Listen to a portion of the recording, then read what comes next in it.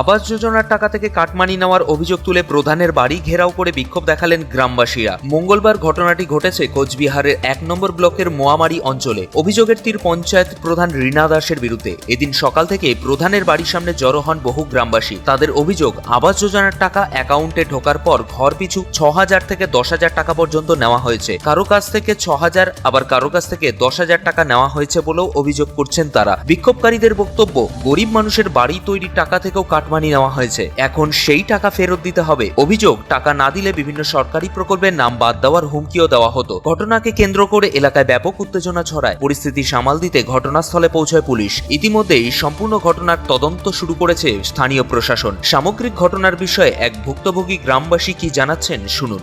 6,000 টাকা নিচে সভাপতি গেছে, আপনাদের ইয়ে কত বুথ 1 নম্বর নাকি 78 নম্বর বুথ? আচ্ছা, আপনাদের 78 নম্বর বুথ পঞ্চায়েত কে নন্দ গেছে, আমাদের পঞ্চায়েত সুভাষ, হ্যাঁ সবাই মিলে 2-3 দিন আসছে আমার বাড়িতে টাকার জন্য। আচ্ছা, টাকা দাও তখন আমরা টাকা তুলতেও পারি নাই, অসুবিধায় ব্যাংকে ভিড়। 1,20,000 টাকার মধ্যে তারপরে আবার টাকা এক্সট্রা তোমাদের কাছ থেকে নিয়ে আদায় করতে চাইছে নাকি?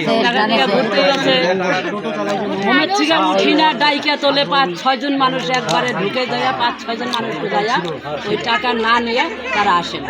কোচবিহার থেকে নিজস্ব প্রতিনিধির রিপোর্ট, টাইমস 14 বাংলা। আরো নিত্য নতুন ভিডিও পেতে এবং তথ্য জানতে আমাদের ফেসবুক পেজকে লাইক ও ফলো করে রাখুন। সেই সঙ্গে টাইমস 14 বাংলার ইউটিউব চ্যানেলকে সাবস্ক্রাইব করতে ভুলবেন না।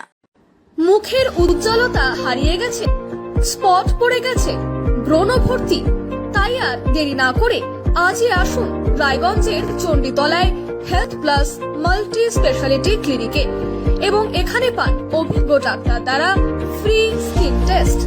আরো বিস্তারিত জানতে যোগাযোগ করুন 9674895169 এই নম্বরে।